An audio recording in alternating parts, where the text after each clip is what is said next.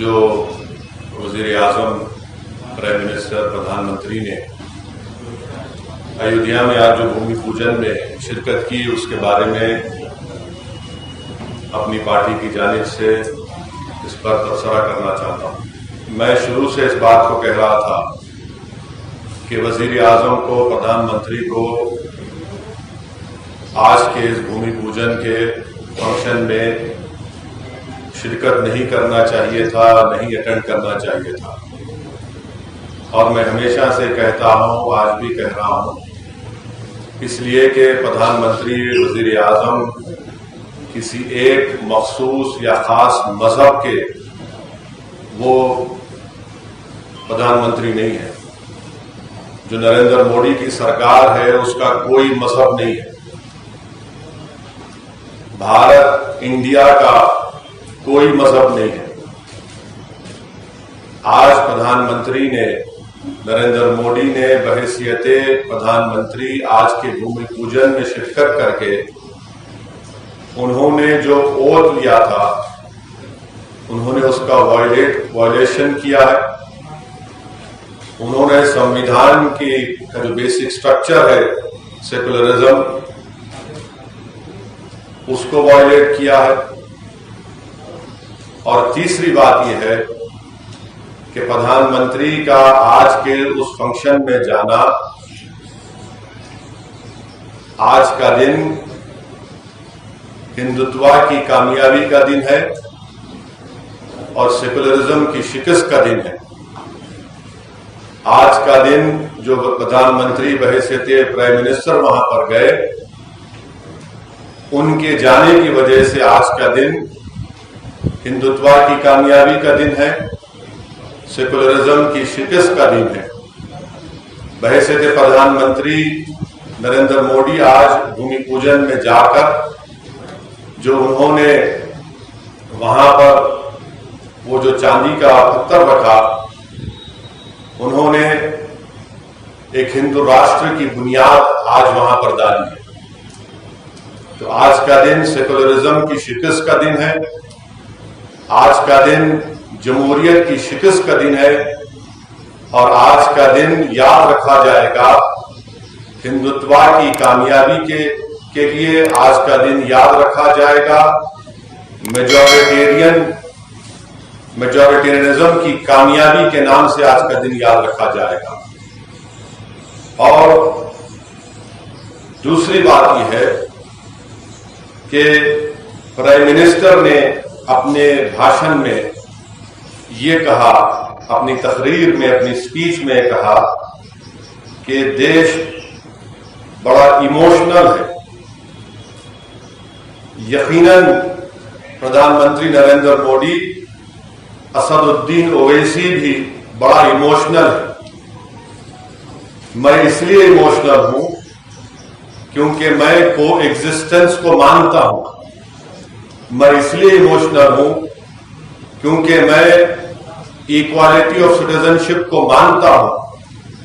मैं इसलिए इमोशनल हूं कि 450 साल जिस जगह पर मस्जिद थी, जहां पर मुसलमानों ने नमाजें पढ़ी 22 दिसंबर 1949 तक, मैं इसलिए भी इमोशनल हूं कि आप ही की पार्टी के लोगों ने सुप्रीम कोर्ट को झूठ बोलकर, बीजेपी और संघ परिवार के लोगों ने 6 दिसंबर 1992 को बाबरी मस्जिद को शहीद किया।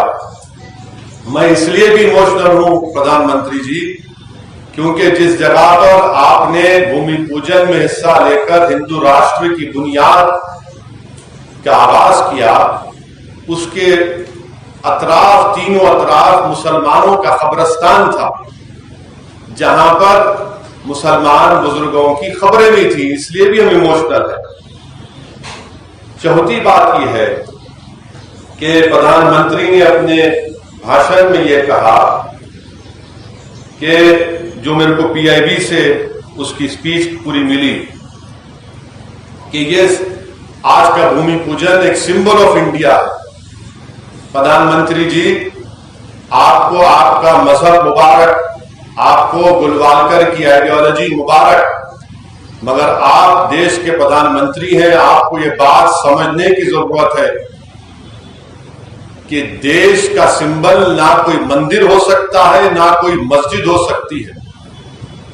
देश का सिंबल ना मस्जिद हो सकती है, ना मंदिर हो सकती है, ना कोई रिलीजियस प्लेस इस देश का सिंबल नहीं हो सकता। वो सिंबल हो सकता है किसी एक मजहब के लिए, किसी एक कल्चर के लिए, मगर वो इंडिया का सिंबल नहीं हो सकता। और प्रधानमंत्री ने यह कहकर कि मंदिर इस देश का एक सिंबल है, उन्होंने अपने मजहब को, अपनी आइडियोलॉजी को पूरे कंट्री के ऊपर मुसल्लत किया। प्राइम मिनिस्टर ने आज ये अपनी स्पीच में ये बात कहकर मेजॉरिटेरियनिज्म को इंडोर्स किया। छठी बात यह है कि प्रधानमंत्री ने अपनी स्पीच में 15 अगस्त जो हमारे लिए इंडिपेंडेंस डे है, यौम आजादी है, आज 5 अगस्त को प्रधानमंत्री वजीर आजम ने इसको 15 अगस्त से मिला दिया। हम फिर से वजीर आजम को और देश को बताना चाह रहे हैं कि 15 अगस्त हमारे मुल्क के लिए एक आजादी का दिन है। हिंदू, मुसलमान, सिख, ईसाई, बौद्ध सबने मिलकर इस मुल्क को अंग्रेजों की गुलामी से आजाद करवाया और उनको शिकस्त दी। क्या प्रधानमंत्री ये कहना चाह रहे हैं कि 15 अगस्त से मिलाकर कि उनके चाहने वाले, उनके मानने वाले, उनको आज आजादी मिली? किसको शिकस्त दी प्रधानमंत्री, आपने बताइए। 15 अगस्त को अगर हम लाल किले पर झंडा तिरंगा लहराते हैं, बड़ी फख्र के साथ लहराते हैं, तो ये पैगाम देने के लिए कि हमने 200 साल के अंग्रेजों की गुलामी के बाद इस देश को आजाद किया।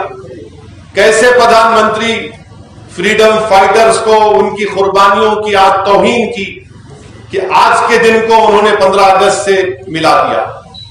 और कैसे एक टेंपल का मूवमेंट एक मुल्क के बराबर हो सकता है? How can a temple movement be equated to a country?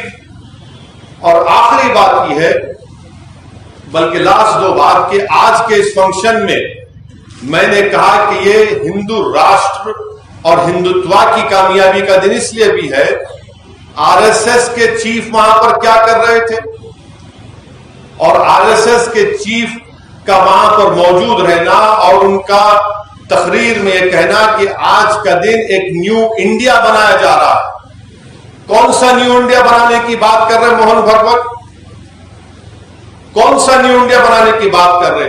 वो न्यू इंडिया बनाने की बात कर रहे जो हिंदू राष्ट्र होगा, जहां पर माइनॉरिटीज को, खासतौर से मुसलमानों को सेकंड क्लास सिटीजन बनाया जाएगा और मुसलमानों की जिंदगी और मौत का फैसला अक्सरियती तबके के गुडविल पर होगा।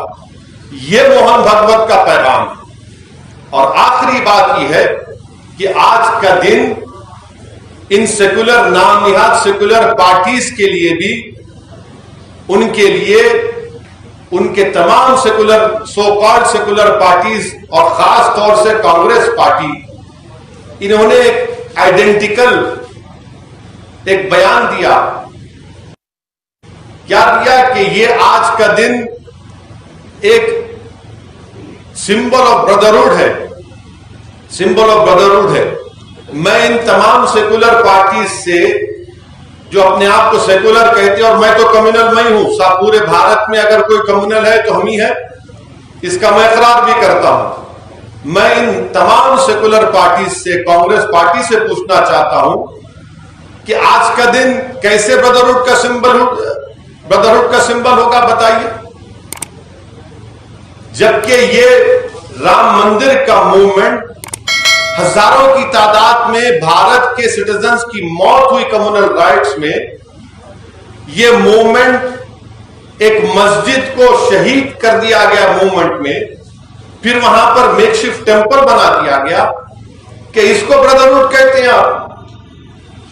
और क्या गुडविल, ब्रदरहुड उसी वक्त पैदा होगा जब इंसाफ होगा। जब इंसाफ नहीं होगा तो गुडविल, ब्रदरहुड कहां पैदा होगा? मुझे तो आप अनइक्वल बना दिए मुसलमानों को, तो अनइक्वल कैसा ब्रदर होगा आपका, बताइए। ये 7 अहम पॉइंट्स मुझे आप तक बताना था कि बहुत से लोग मुझे फोन करके मुख्तलिफ मुल्क के मुकामात से, जिसमें बहुत से मजहब के लोग हैं, खास तौर से दलित और मुसलमान हैं, जो आज भी इस मुल्क के सेकुलरिज्म पर यकीन रखते हैं, वो मुझको फोन करके कह रहे कि साहब हम बड़े मायूस हैं, हम बड़े अपने आप को अकेला महसूस करते हैं। मैं उन तमाम से कहना चाह रहा हूं कि आपको हरगिज मायूस होने की जरूरत नहीं है, आपको हरगिज अकेला महसूस होने की जरूरत नहीं है।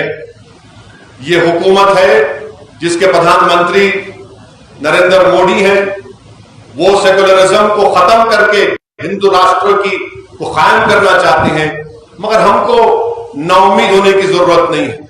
मुझे यकीन है कि आज भी हमारे मुल्क इंडिया में ऐसे करोड़ों हमारे हिंदू भाई हैं जो हिंदुत्व की आइडियोलॉजी को नहीं मानते और कभी नहीं मानेंगे। मुझे यकीन है कि हम और वो और दलित हमारे भाई जो कभी नहीं मानते हिंदुत्व की आइडियोलॉजी को, ये वक्त जमहूरी तरीके से हिंदू राष्ट्र के रास्ते को जो क़याम किया जा रहा है, उसको एस्टैब्लिश किया जा रहा है, उसको डेमोक्रेटिक तरीके से रोकने की जरूरत है।